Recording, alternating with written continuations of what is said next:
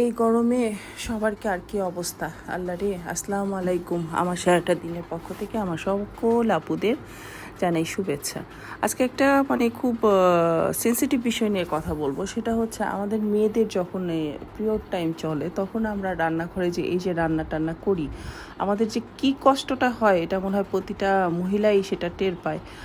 আহ, এমন একটা জিনিস আমাদের ক্যারি করতে হয় যেই জিনিসটা গরমের মধ্যে আরও বেশি কি বলবো ইরিটেটিং তৈরি করে, শরীরের মধ্যে ভালো লাগে না, ভালো লাগতে চায় না, এতক্ষণ দাঁড়িয়ে থাকা যায় না, মাজা ব্যথা করে, বারবার ওয়াশরুমে যাও, নিজে ক্লিন হয়ে আসো, এসে আবার হাত ক্লিন করো, হ্যান্ড ওয়াশ করে তারপরে রান্নার কাজে। একটা রান্নার কাজে দেখবেন যখন আপনি পুরো মনোনিবেশ করে রান্নাটা শুরু করবেন, ওর মধ্যে থেকে যদি উঠে আপনাকে বারবার বাইরে যেতে হয় বা ওয়াশরুমে যেতে হয়, এসে আবার ক্লিন হয়ে আবার রান্নাটা শুরু করতে হয়, তখন আপনার ভালো লাগতে চাইবে না, আর রান্নাটাও খুব একটা ভালো হবে না।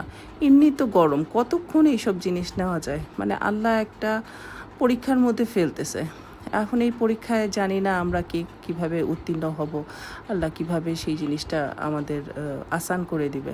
এখন আমাদের উচিত কি, যখন আমাদের এই সময়টা চলে, আমাদের ঘরের যারা আমাদের সন্তান আছে বা আমাদের হাজব্যান্ড বা যারাই আমাদের হেল্পিং হ্যান্ড হিসেবে আমাদের ঘরে আমাদের সাথে থাকে, তাদেরকে আমাদের একটু হেল্প করা।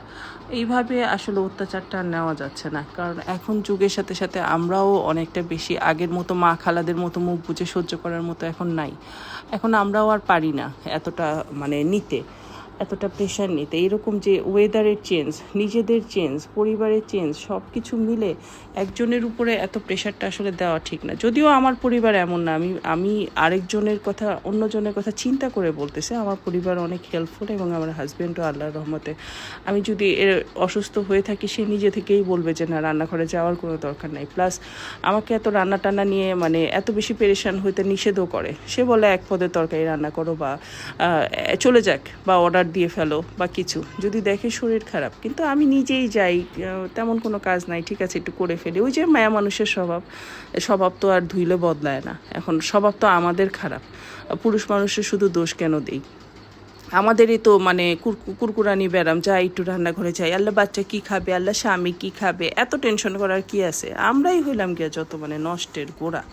আর মানুষটা বলে লাভ নাই, সত্যিকারের কথা। তো এই গরমে সবাই ফল ফ্রুটস খাবেন, ঠান্ডা ঠান্ডা কলা খাবেন, কলাও ফ্রিজে রেখে খাবেন, তরমুজ তো ফ্রিজে থেকে ডাকে আসেন আমাকে খায় নেন তাড়াতাড়ি ঠান্ডা ঠান্ডা। তো সবাই ঠান্ডা ঠান্ডা খাবেন, শরীর ঠান্ডা রাখবেন, মন ঠান্ডা রাখবেন, মাথাও ঠান্ডা রাখবেন। নিজের শরীরের প্রতি যত্ন নেবেন, আরেকজন আপনার শরীরের যত্ন নিয়ে দিবে না। নিজেরটা নিজেকেই করতে হবে। নিজের সংসার, নিজের শরীর, নিজের ব্যস্ততা সব কিছু নিজেকেই সেট করতে হবে, কিভাবে চলা যায়, সামনে আগানো যায়। আল্লাহ হাফেজ।